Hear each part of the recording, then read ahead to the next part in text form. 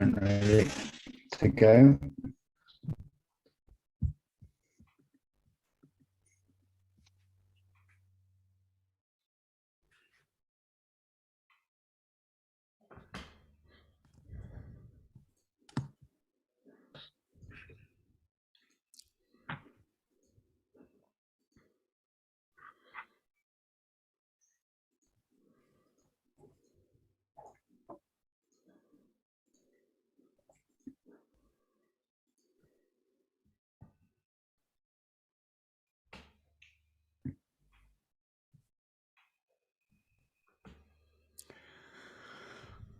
Hi, good evening and welcome to this CPD Me webinar.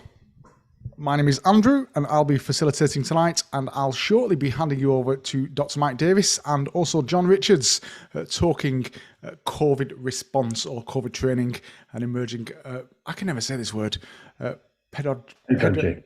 That's the one. Thanks, Dr. Mike. Honestly, I've been trying to get my tongue around it all day, but there we go.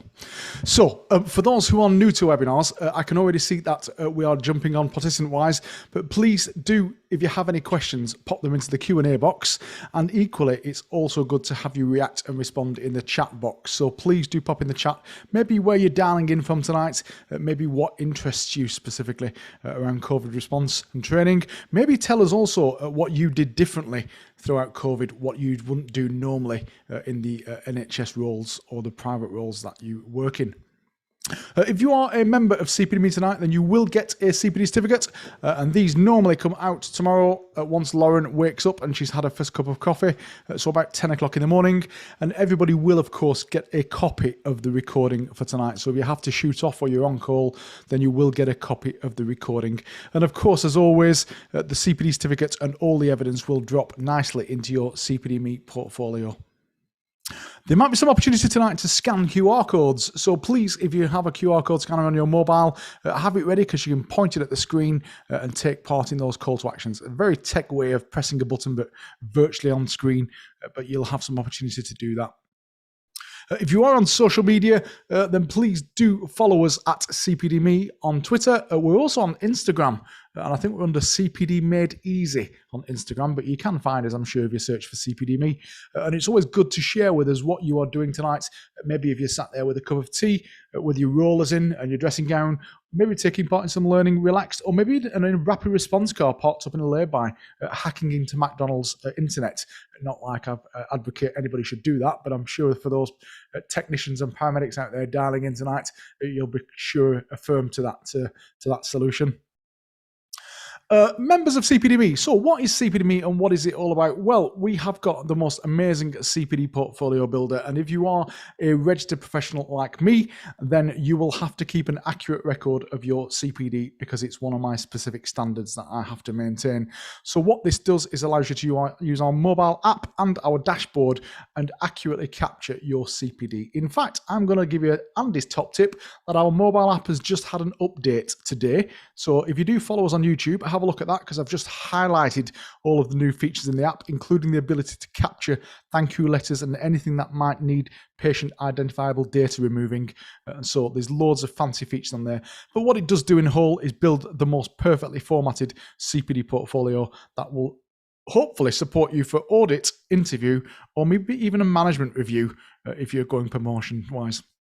We also have 80 live CPD webinars per year and also access to over 300 recordings in our CPD hub. So the question is, how much does it cost? Well, it's £1.99 for a 30-day trial, and then it's 17 quid per year, which I reckon is probably about the price of steak and chips. But what I will guarantee is if you use it properly, it will adamantly take away the stress of your audit or interviews. We always go live to Facebook, what they call it, YouTube. We do go live to Facebook, but we always go live to YouTube because sometimes we get excessive amounts of people on these webinars. So if you ever can't get into the room because it's full, you can always jump across to YouTube, and you can also catch up on all of the live streams on there too. So please go and have a look at our YouTube channel. Always good to get feedback on you. So if you want to leave us some feedback, please do so. It has to be honest and genuine, of course, on either Google, Trustpilot, or if you've updated your app today, maybe you could leave us some feedback on the App Store. And what I will do is I'll post some links when John and Dr. Mike are chatting. And if you leave us some feedback throughout the presentation, I will give away at the end of this webinar tonight 2 £25 vouchers. I always hold it upside down, but I'll give away 2 £25 Amazon vouchers for anybody who kindly leaves us some genuine feedback tonight. And of course, if you are a CPD champion, our March CPD poster is now available. So please just scan that QR code and you can download our latest CPD poster if you want to share that in your workplace. I know there's a few CPD champions on board tonight. I've just spotted a couple of names that I recognize. So if you haven't downloaded our CPD Me app, it's completely free of charge to download. And again, once your CPD certificate arrives, the app will notify you just like it shows on screen.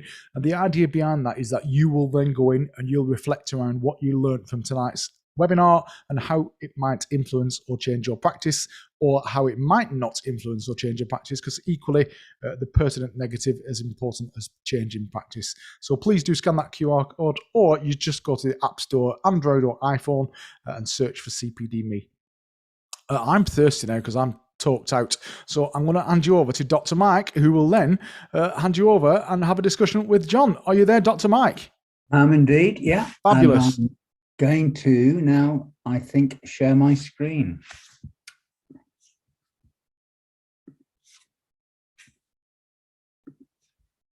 As we speak. Right, can we all see that? Yes. Great. Okay. So welcome to this evening's presentation. It's in some respects a little bit of a repetition of what has been covered before. As you're all very, very aware, indeed, we've been living with the consequences of COVID infections for a couple of years or so. And in the very early days, I did actually have a conversation with a number of people who were involved in some of that early training initiative in order to accommodate that particular challenge that we were all facing at that time. The focus of that work, actually, though, was probably much more related to in-hospital activity than it was to the wider community. And among the consequences of some recent discussions I had, among them with John, who's going to be joining us in a moment or so, was the fact that the different parts of the community were having to respond slightly differently to the circumstances we found ourselves in. So essentially what I'm going to be looking at tonight is an exploration of some of the issues associated with the response from a particular segment of the community, i.e. the ambulance service, to the challenge faced by COVID. Just to remind you, those of you who don't know, that's my email address and my Twitter handle, and please don't hesitate to either be in touch by email or comment via Twitter, and we can explore issues as we make progress through the course of the evening and beyond. So our focus of attention for this evening is to explore the impact of COVID on training and the nature of the response that we've had to it, with a particular focus, as I've already said, on ambulance service provision on this occasion in Yorkshire.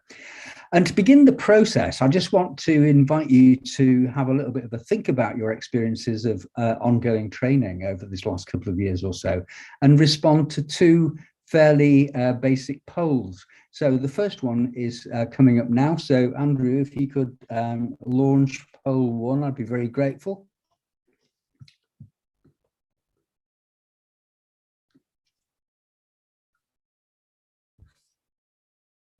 Andrew, are you there? Oh, sorry, yes, Dr. Mike, you've just slightly frozen there, but I'll get that poll up for you now. Okay, sorry.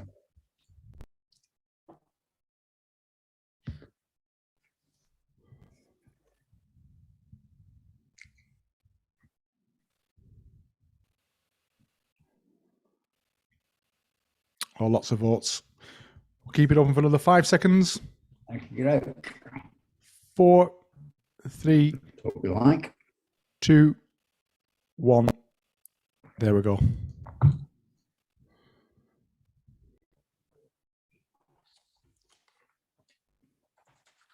Slightly less for the vast majority of people, and equally divided between better and worse. That's very interesting response, actually. So 37, 30, and 20 each. Brilliant. Great stuff. Okay. And can we have now and then poll 2, please?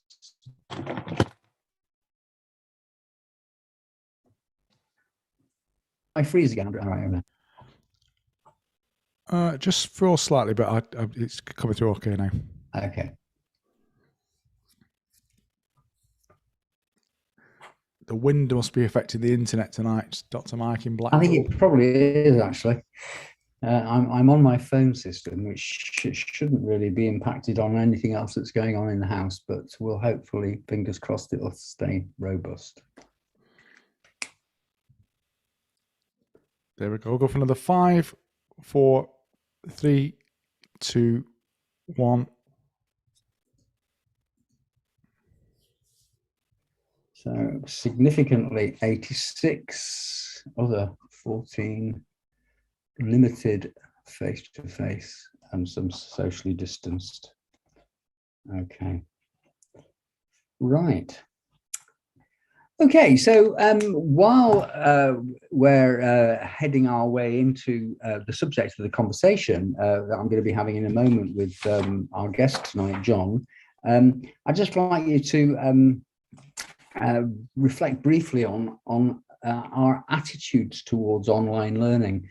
And I was very struck by an experience I had a couple of weeks ago when I was teaching on a GIC course. And for those of you who don't know, that's a course that's aimed at people who are going to be instructing on life support courses. It's the nature of that course where I first met John a few weeks ago. And among the consequences of the experience of observing some candidates teaching how to use the 4-stage approach to skills teaching, it became very evident that their general attitude as a community towards the e-learning component of that course was probably a little bit less than attentive, in the sense that they had completely misunderstood or misread or failed to read, in fact, one of the key ingredients of the 4-stage approach. And it struck me at the time that among the capacity that online learning has is to be less engaging, less direct, less communicative than other models. And it's just something that I wanted to lay as the basis of our ongoing discussion during the course of the evening. And we'll be coming back to some reservations that have been expressed by some of the research activity around the impact of COVID, particularly in relation to e-learning in the higher education and ongoing learning environment. At that point, what I'd like to do is to introduce you to our guest for the evening. John is a GIC instructor, and that's where I met him for the first time a few weeks ago, and we had a discussion about the way in which his community had responded to the COVID situation. So, John, if you'd like to say hello, introduce yourself, and let us know what it is that you do in your present roles and responsibilities. Hi, good evening, everyone. Yeah, I'm John Richards, Area Clinical Lead for North Yorkshire, for Yorkshire Ambulance Service. My role, clinical lead, is fairly self-explanatory, but part of that is making sure that there's CPD content, looking after our newly qualified paramedics and their development over their 2-year period. So that's really the thrust of where we were doing a lot of our education, because we had regular quarterly meetings with all our NQPs to give them support, education opportunities, and that obviously ceased fairly abruptly with COVID. Okay, so in terms of that, I just would like you to think back on the initial stages of the COVID and the first lockdown, and invite you to share your experiences and thoughts about how you responded in that first instance to the realization that there was a challenge to maintaining training provision. Yeah, I mean, in the first wave of COVID, it was all hands to the pump. So all training was immediately cancelled. That was the first action of the service. And me and my colleagues, we were thrown into the comm centre to try and head off the tsunami of calls that were coming in. So all education stopped, but we recognised very quickly that we built up this nice sort of safe place for our newly qualified paramedics to work, a nice environment, and we pulled the rug away from them very quickly. So as soon as we were able to draw breath, that was one of the first things that we wanted to get back up and running. And we tried all sorts of ways around of thinking about it socially distanced, but the IP&C guys were completely against getting a group of us together in any form of a building. We even suggested the Harrogate Conference Centre, which was part of the Nightingale Hospital, so we had access to their auditorium, and we considered getting groups of 20 and sitting them in a 600 seat auditorium, but we thought that was possibly overkill. So we went back to something that we just started working with at the back end of 2019, something called Project Echo, which was an online learning community that we were just beginning to learn about ourselves. So online education was the way forward for us because we had the kit because of the Project Echo stuff that we were looking to set up. So we put together some contact days online, and that was our first sort of step into that kind of education, really. Okay. What were there any particular principles that were due to inform that particular practice? I mean, were there thoughts about group size or nature of the material? So what we'd done with the newly qualified program, we'd recognised sort of 18 months, 2 years ago, that my team and my colleagues, we were spending a lot of time driving around Yorkshire, trying to have individual meetings with individual paramedics, and it was just, it was an impossible task. So one of my colleagues came up with the idea of, rather than us going to them, bringing the newly qualified paramedics to us. So we started this program of these quarterly meetings, which gave us a chance to sit face to face with them. But then we also filled in the rest of the day with various CPD opportunities on areas that they felt that they were still lacking after coming out of university. So we thought, well, online, it's the same, isn't it? We're just on virtual rather than actually in the room. So we ran the very first day exactly as we would have done face-to-face teaching.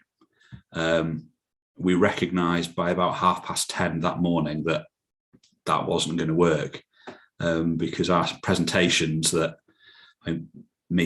I went up first. I wrote a presentation that would normally take me about an hour and a half to run through, with audience interaction and comment and questions. I think I was done in about 25 minutes after I'd rattled through the slides. Yeah. With zero engagement, zero questions, and I then had to pad for best part of an hour with an entirely different topic off the top of my head, just to make it look as though I hadn't completely failed in that first venture into online teaching. Okay. And what sort of reaction did you get post event to that sort of experience?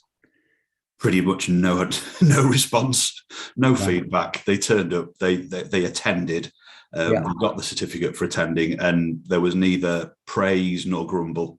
It was just, ambivalent. Okay.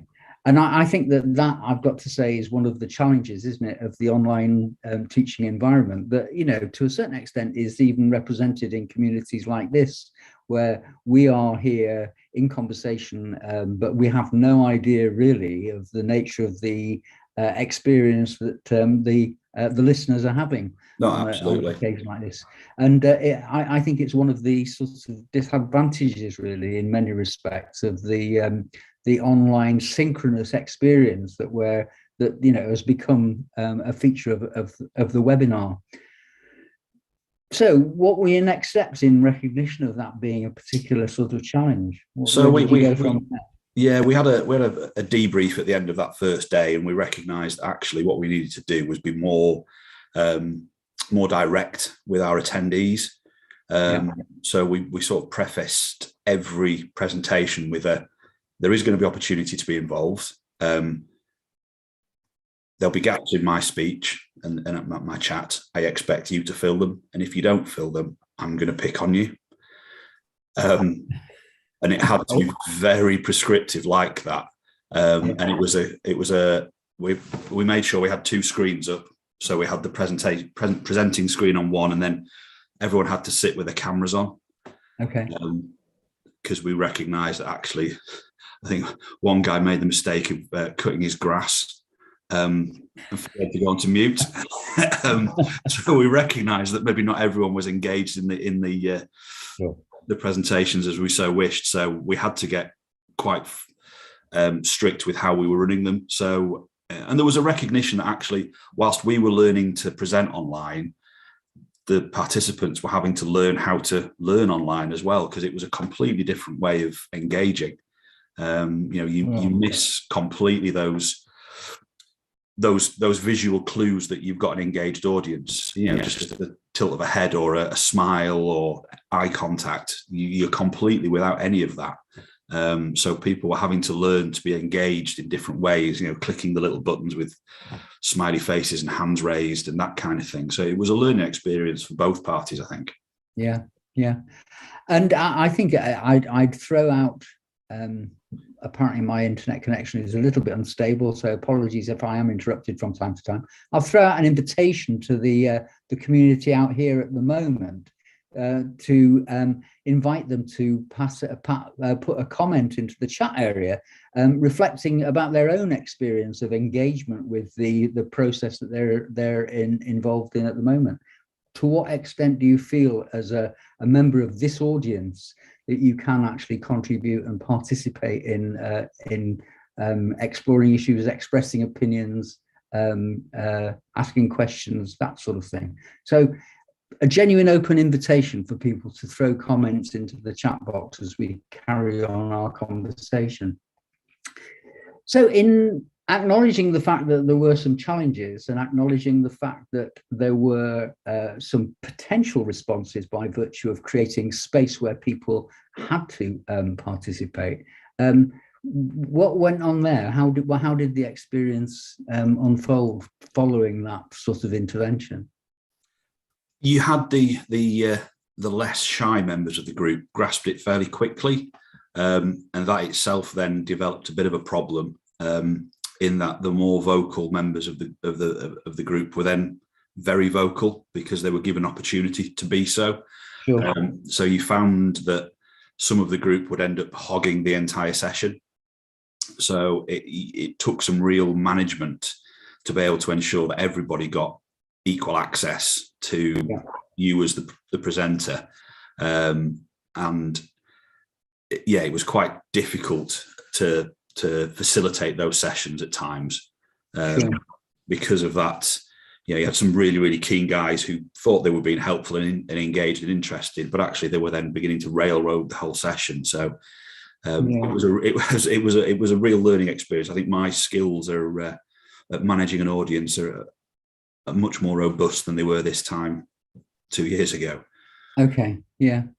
And I mean, obviously that has got implications for the nature of the experience for the people who are not directly participating, isn't it? That they can, I suppose, think of the situation being one where they can actually turn off any responsibility really for engaging in the discussion. In practical terms, did you find it useful to have more than one faculty, so that there was somebody monitoring the audience and monitoring chat spaces and so on? So that was one of the things that we'd picked up from the Project Echo learning that we'd done pre-COVID, and that was how they set themselves up on Zoom. So there's somebody in front of the camera being the facilitator, then somebody sat outside doing all the IT, because trying to engage with a screen and people in front of you on the screen, and also then keep an eye on the chat, hands up, that kind of thing is very difficult. It makes your presentation very stilted, I think. So that was something we did from the outset. Yeah. In recognition of that, I'm just going to switch role briefly and explore some of the comments that have come in from in response to that particular point. And Julie Bonner comments that the learner's attitude to want to learn is the same face-to-face on webinar or on a webinar, in my opinion, she says. And I think that's a fair point, isn't it? That we're still talking about working with adults who've got a degree of autonomy and are highly motivated perhaps to participate. So it's got the capacity at least to engage in those phenomena. Tony says it takes time to comment, so you have to go back to points which may make it feel disjointed. And I think that's also an issue, because this is a comment that was now made some 7 or 8 minutes or so ago. And we're only now beginning to sort of be able to pick it up. And says my team became involved with extra training to support COVID response, and we were split between relief and panic. So I think that's a fairly reasonable reaction to the situation that people find themselves in. Sylvia says our trust cancelled lots of training, but resource education was able to continue. And she goes on to explore that in a little bit more detail about the extent to which some packages, including basic life support, developed e-learning to support the sort of more face-to-face webinar type environments. Was that a response, John, that your organisation also went into, so that you gave people pre-face-to-face or pre-online synchronous opportunities that they were able to prepare for? We put pretty much everything that we could do onto online. Okay.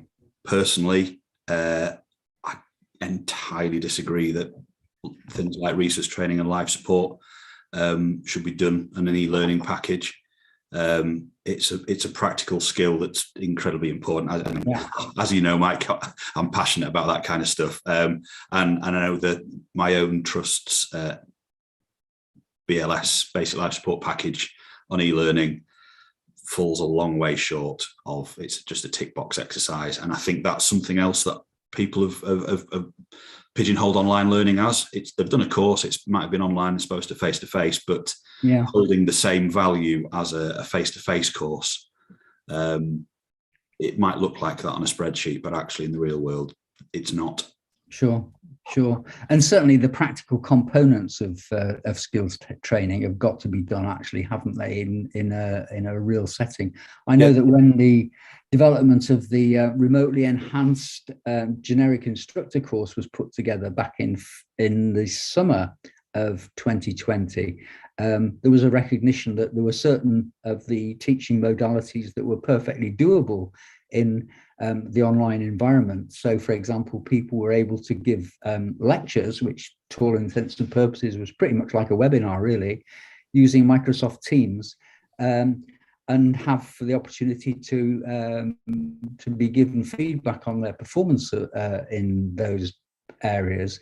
But the minute we move towards the skills elements and the particularly the simulation, obviously that had to be done face-to-face and as far as possible socially distanced, and that was also a challenge to that particular community. And of course that was the sort of experience that people were talking about on the earlier sessions when we were looking about things as basic as training people for donning and doffing. That had to be done in the face-to-face environment. There was no challenge to that that was sort of seen of as being accepted. To return to the structure of your courses, I mean, what processes did you go through to determine what was doable in the face-to-face environment and what could be managed in the online, either synchronous or asynchronously? Did you actually have discussions with your learner community about how that could all be managed? So we weren't given the option, unfortunately. It was online or nothing. Right. The concern was that if we got groups of frontline staff together, the risks of a COVID outbreak wiping out that entire group of individuals was too high. So we just didn't have the option. So we started off, as I said, with that first session, which was a car crash. We then sort of lurched into the next session, where we were very prescriptive and overbearing.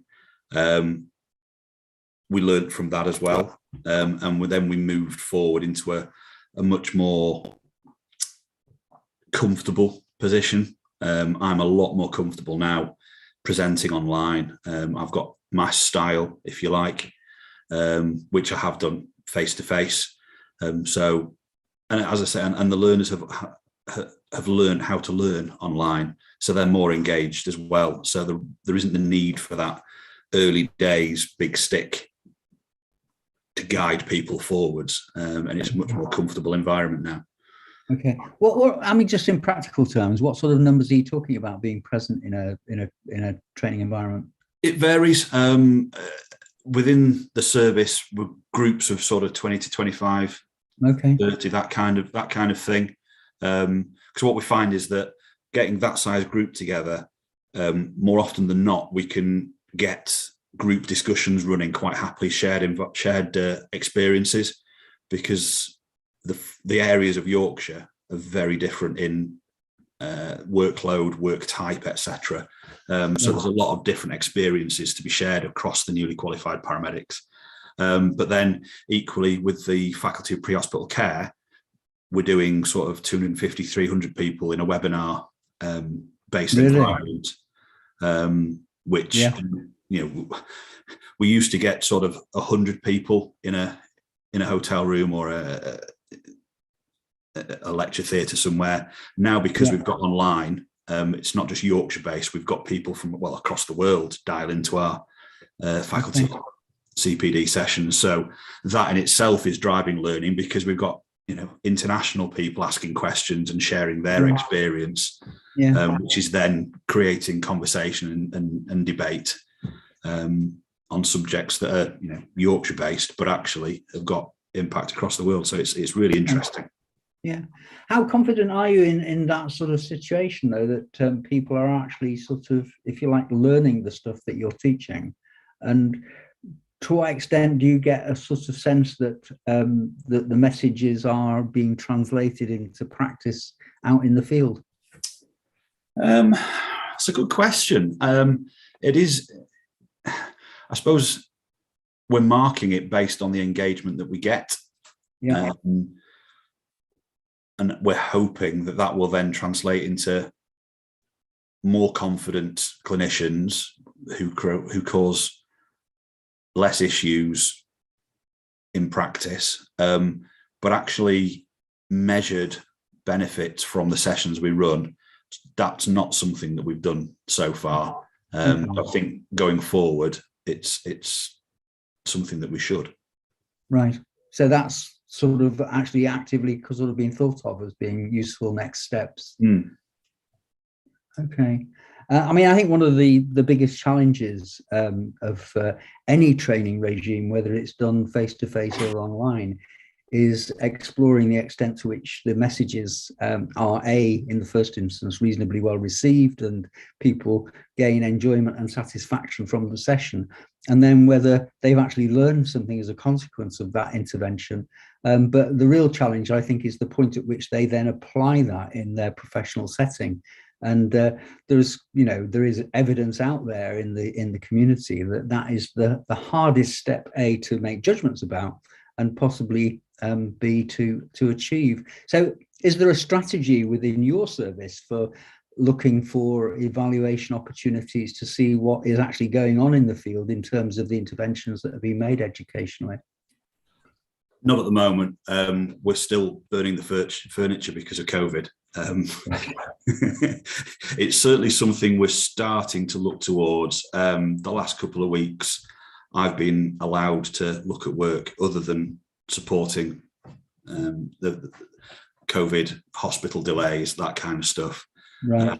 So it's giving us the opportunities to start looking at relaunch. And there's a recognition that we've learned a lot educationally, how we deliver content, how people engage with that content, that we really need to get down on and keep hold of, because there's been a lot of development over the last 2 years associated with how we're doing things, and it's making it so much more accessible, which I think is the key thing, and the recognition that the accessibility is great alongside that blended approach. So I can see us starting to do more remote sessions with a run up to a larger practical session at the end of a program of events, if you like. I think that's something that we will be moving towards.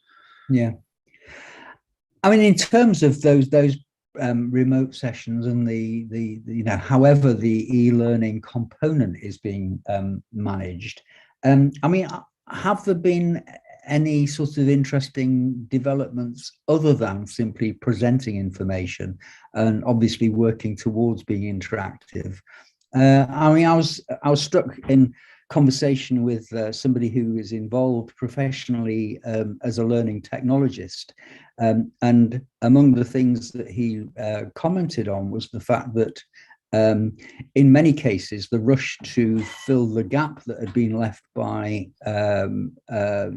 the opportunity for face-to-face interaction was that lots of departments, university departments, schools, our sort of community in this type of work were simply depositing their slide content onto some sort of web platform where people could sort of fairly passively be exposed to it. Were there any sorts of strategies that were explored about the possibilities of making that experience considerably more dynamic than, and making use of some of the potential technology that's out there more effectively, perhaps? Again, it's something that we're looking towards. There's a recognition that actually education has been a lot more agile than it ever has been. I'm an old man. I came up through the traditional sit in front of a blackboard, a teacher, a lecturer, have content delivered to you, and you were there at that time, that place. That's how it went.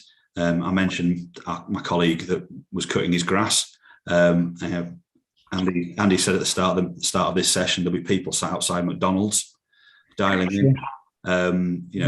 This is for me. That's for me is the real step forward, that we've become much more agile in our presentation and delivery of education to allow a new set of learners who are more used to mobile technology, dialing in on their phone, that kind of content delivery at any time, any place, doing any activity. You never dream of dialing into this whilst being in the gym. Because I have to sit and concentrate, but that's not the way everyone learns and everyone up. We're looking to move forward to developing a repository of learning material. To allow that content delivered, and then it's stored in a place that people can go back, like a library, pick things out, bits and pieces as and when they want. Areas that interest them rather than the standard NHS e-learning programs, which are standard. Yeah. And would you say that is going to be the sort of post-COVID experience? I think it's one of those things. I think it's one of those things that we've learned, and I think it's something that we should keep hold of. It's something that we should put on it in addition to the traditional programs, because the traditional stuff worked. We shouldn't just stop it just because we've not done it for a couple of years. People got a lot out of sitting in a classroom, having that direct access to the educator. All of this online, different content generation, I think that sits alongside it. So the learning environment should be a lot richer than it was pre-COVID, hopefully. Sure.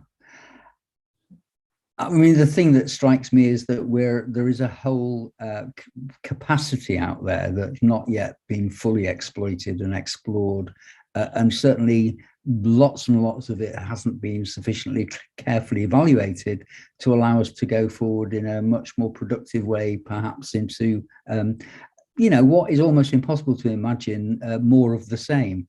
I think it'd be very hard to see us going back into a situation where the 300 people in a darkened lecture theatre is going to be the way in which people transmit basic information, when you know full well that it's perfectly okay to be mowing the lawn and with your headphones on, listening to somebody exploring that in the same way that gets me through cutting the grass on a weekly basis during the summer. So the use of that particular technology, I think, is got huge potential. But I'm also struck by the sort of thing that in conversation that with my learning technology friend, but also another colleague on the recent GIC, talking about things like gamification, where certain sorts of environments lend themselves to almost a virtual reality approach to e-learning. And I'm wondering whether there's anybody in your community who's thinking in that sort of general direction because of the impetus that's been given to the community by COVID. One of my colleagues who works in the community engagement team is looking at a virtual reality, I think is it Oculus Drift. Yeah. He's looking at a community engagement program there on knife crime. Right. That he's trialing at the moment. They've just done all the filming for it.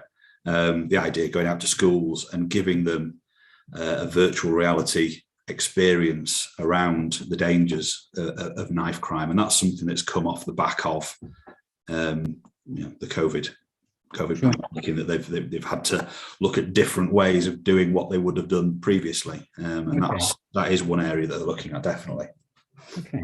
So in terms of your own personal perspective on this, as a provider of educational environments, as a supporter of relatively new colleagues, and I understanding from conversations that we had earlier on today, as a likely student at more higher levels of the higher education system, I mean, what are your expectations, and what would you like to see emerging in the next 5 years in terms of satisfying the needs of that fairly diverse bunch of people? For me, I think getting the blend of educations right. I think the online world absolutely has a place, and like you say, for those more basic, straightforward theories and topics and understandings, it's the perfect medium. Me as a learner, I know personally that I like to ask questions. So I like to have contact with somebody. Typing on a keyboard, like you say, you end up missing. Sure. I'm a bloke, I can't multitask. I want to put my hand up, I want to ask a question, and I want to have an answer. Yeah. So I will always want to have some face-to-face contact at some point during a learning experience. For me, I think that I would be quite comfortable with that. I don't need bells and whistles. I don't need virtual reality. I don't need gamification. I'm quite happy with paper, printed word. I know that's not the way forward, but I'm quite traditional in my requirements. But I think that blend of online and in face-to-face is very important, simply for a work-life balance. Sure. Starting down at Sheffield, I live on the edge of the North York Moors. It's going to take me 2.5 hours to drive to university. Yeah. If I can get away with having a day in front of my computer, I'll be quite happy with that. Yeah. Or listening to a seminar online on your, as you're driving along the whatever country road that you'd have to go to get yourself to Sheffield from North York. Absolutely. I mean, that's the majority of my CPD at the moment is online. It's in the car, podcasts on, tootling around. I think it's a great way to do CPD. It gives me something to think about. I've got no distractions other than concentrating on the road, but that's been a real boom for the audience to comment on any particular issues that they think expectations, requirements, preferences that they would have for the future learning environments that are going to be created. As I move towards some final thoughts on slide. Among the things that I would genuinely be interested in inviting you to engage in over the next couple of days or so is something that those of you who've listened in on my previous webinars in the past is an extremely interesting and useful tool for exploring experience. And as you can see here on the screen, this is described as a SWOT analysis: strengths, weaknesses, opportunities, and threats. And what I'd like you to do, if you're interested and willing to explore in this process a little bit longer than our webinar session this evening, is to complete a SWOT analysis in terms of your own experiences of working either as a provider or as a recipient of learning in the post-COVID period. Bearing in mind that what we're talking about here in terms of strengths and weaknesses are the personal responses that you have, and opportunities and threats are the more institutionally orientated events.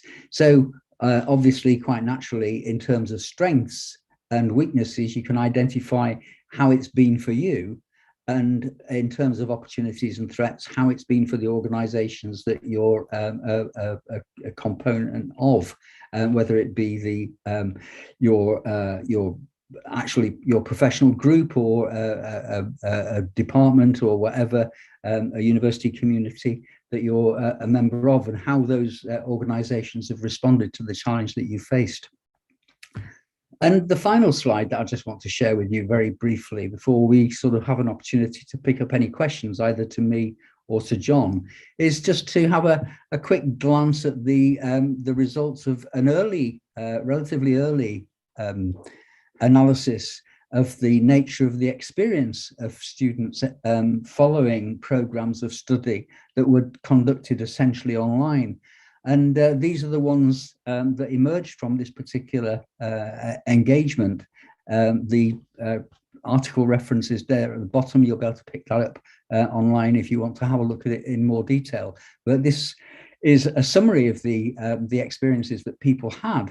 And while it deliberately focuses on the negative elements of it, in a sense, because I wanted to focus on those particular challenges really to the community. There were some positive experiences as well that I'm sure you can identify for yourself.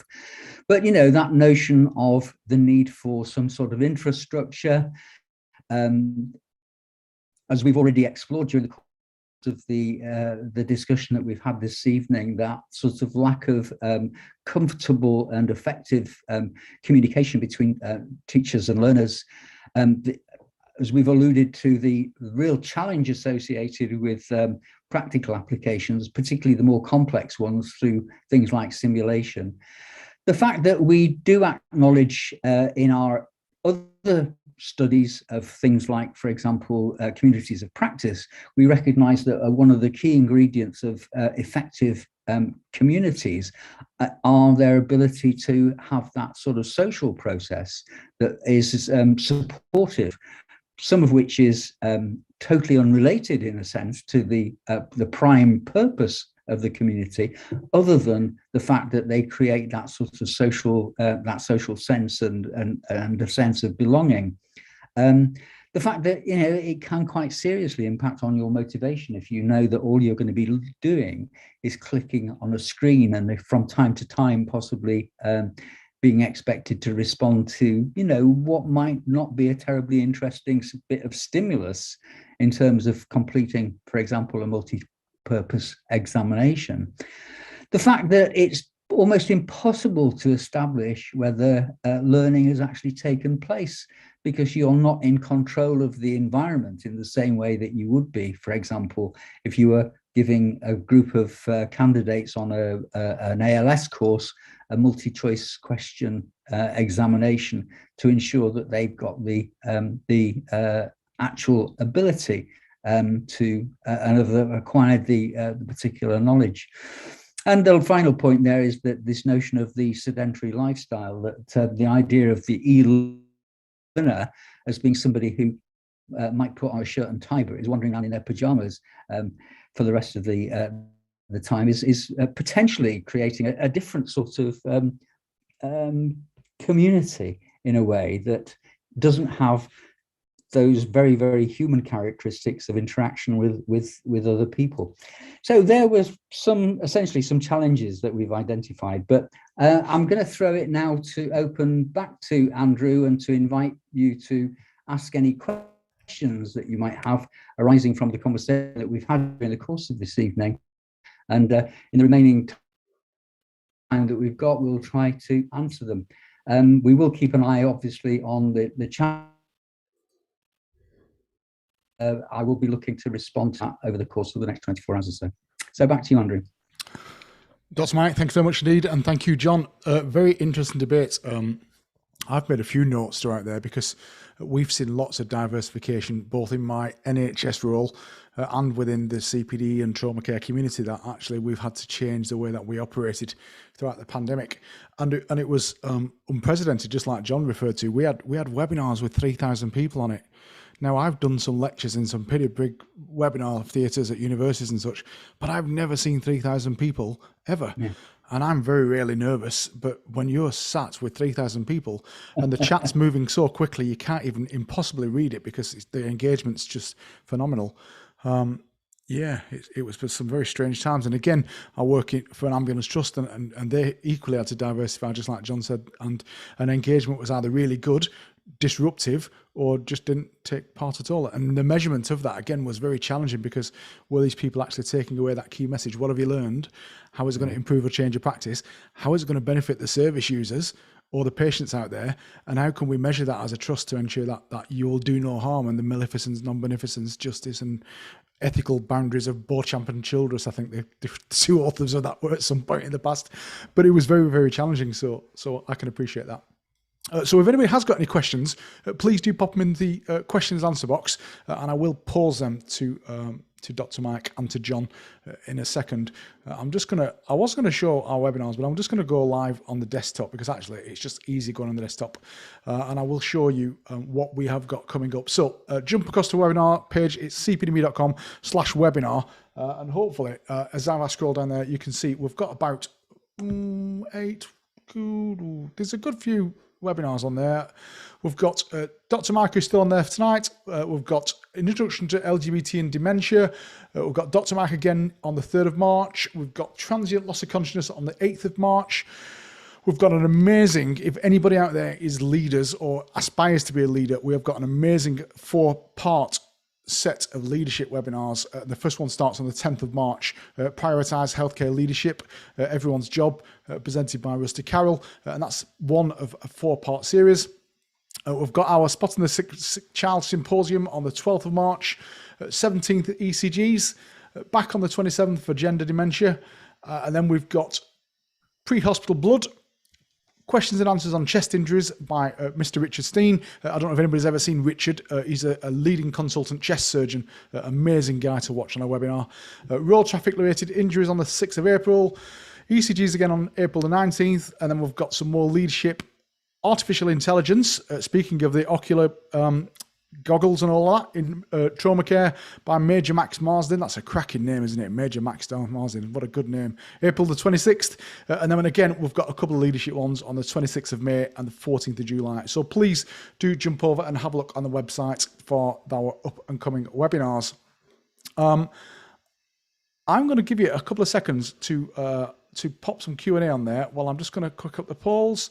We don't have any questions for you, Dr. Mike, but there is some very interesting feedback in the chat. Hazel has put, as restrictions ease and our ability to teach face-to-face increases, will you be exploring, oh gosh, I can't say that word. Pedagogical. That's the one, thank you. Scholarship alongside anecdotal evidence to inform delivery of education, or have you done so already? And how will you measure the impact and success of delivery as it continues to evolve? I think some really interesting questions there, Hazel. So thanks very much for that at this time of night. I think the answer to the question is there is an emerging research community that's looking quite closely at the impact of COVID and the way in which that's affected change to particularly the higher education section. And there has been some quite serious attempts to look at ways and to refine models of evaluation.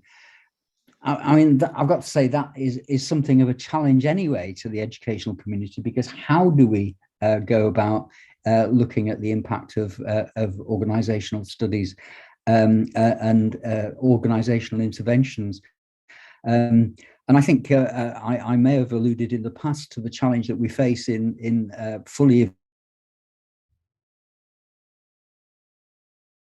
training interventions in actual practice, and there a group of us who are currently looking at the conservative forces. By that I mean resistance that can exist within communities to the changes that are sought for, and that we need to think about the potential that a community of practice has to be resistant to effective change, even when it's seen of as being something that's important. So I think you've asked a really important question. I think as a community as a whole, the education sector has got to look at ways of actually engaging in this particular process and coming up with some good responses. Yeah, thanks indeed, Dr. Mike. Amazing question. Nadia's just put a comment there. It would be nice if people had the option whether or not to attend face-to-face or online learning. For example, enrolling on a uni course, but the fees are cheaper if you learn from home. It may give more people the opportunity to have a higher education. What's your thought on that, Dr. Mike? Well, I'm a great fan of the Open University that, of course, was done in precisely those sorts of terms way back in the 1960s when it first started. It was an opportunity to attend university, never leaving your own home. At that time, of course, it was all paper-based with opportunities to watch televised lectures at 5 o'clock in the morning. But essentially, that was something that was, in fact, an option. Financially, I don't think it is. I think the Open University is as expensive as any other university provision. But it's certainly a direction that I suspect higher education is going to have to go in if it's going to be responsive to the changing nature of the community, among the consequences of what we've experienced over the last 2 years. Thanks, Dr. Mike. Interestingly, Nadia, I was at both ends of that spectrum throughout the pandemic, because I was doing, I do some work in primary care, and they asked me to do a master's module in something that I did in my MSc back in when I did it at, and I sat through this module, half of it virtual and half of it face-to-face, because how can I demonstrate examination of listening to heart sounds virtually on my own, in my own house, with heaves and thrills and everything you would expect to identify in a clinical examination scenario from advanced practice. So we went in for half the course, and I found the first half really challenging because it was virtual, and the second half was fine because I was in there being taught the patter of advanced skills, which again was a nice refresher for me. And then I did some examining on a level 7 master's module where I had to do the examining remotely, and it just didn't work for me. I really could not get to grips with speaking to the student, to identify the confidence and competence of the student, and I really struggled with that. And so maybe that's suitable for some courses, but certainly for health, certainly the sort of hands-on approach, I really struggle with both the sitting and learning remotely, and also the lecturing or the supporting to the students from a team's perspective. It wasn't something I could get to grips with.